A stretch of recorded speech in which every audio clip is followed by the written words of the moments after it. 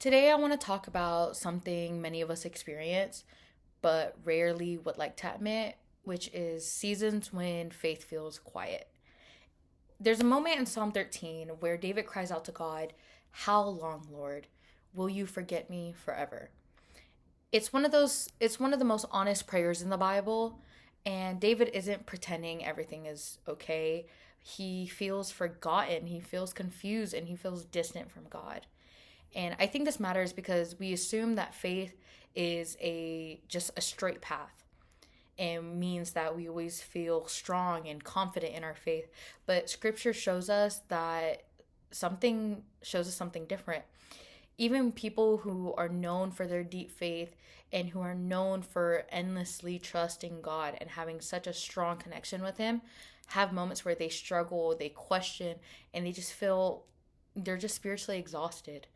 And honestly, I think a lot of us experience this in college, especially as first years, in the way that we're trying to juggle school, relationships, expectations, and trying to figure out who we want to become versus who we are.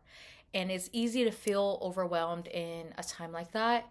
And sometimes God can start to feel distant in the middle of that, in the chaos of all of it.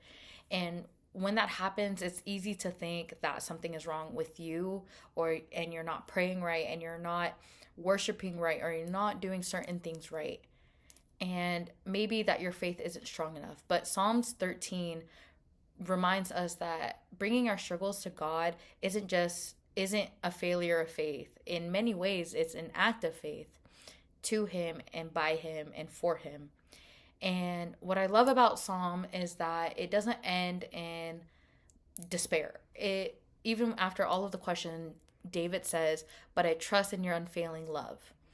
When you're unsure what you want to believe at the moment, all you need to do is just keep showing up. And David's situation didn't just change dramatically. He chose to just keep trusting God no matter what, even with all of the sadness and all of the confusion and all of the distance. Faith isn't only about what's built in moments where everything makes sense, but sometimes it's built in the moments where you're confused but you stay away. And so this week I ask you to just keep showing up.